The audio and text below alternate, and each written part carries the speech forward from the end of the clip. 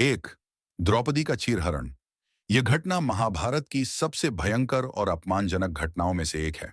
द्रौपदी के चीरहरण ने कुरुक्षेत्र के युद्ध को टालने की सभी कोशिशों को नाकाम कर दिया और पांडवों को शरणागत बनकर युद्ध की राह पर आगे बढ़ने के लिए मजबूर किया।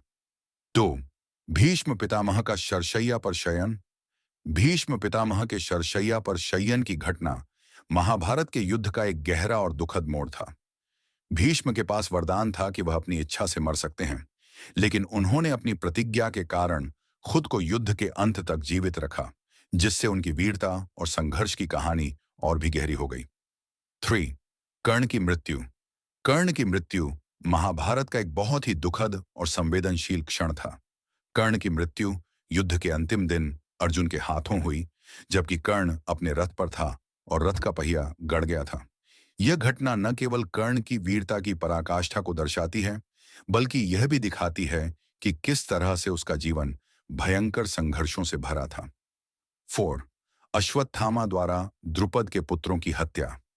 युद्ध के बाद अश्वत्थामा ने रात के अंधेरे में पांडवों के सोते हुए बच्चों द्रुपद के पुत्रों को मार डाला। यह एक निर्दयी और क्रूर कृत्य था, जिसने युद्ध के बाद भी रक्तपात को बढ़ाया और अश्वत्थामा को कलंकित कर दिया। 5, कृष्ण का भगवान के रूप में प्रकट होना और युद्ध में पांडवों को मार्गदर्शन। महाभारत में भगवान श्री कृष्ण ने अर्जुन को भगवत गीता का उपदेश दिया, जो न केवल अर्जुन के लिए बल्कि संपूर्ण मानवता के लिए एक मार्गदर्शन बन गया। कृष्ण का यह संवाद एक भयंकर मानसिक संघर्ष को शांत करने का उपाय था, जो महाभारत के युद्ध के दौरान अर्जुन के मन में था।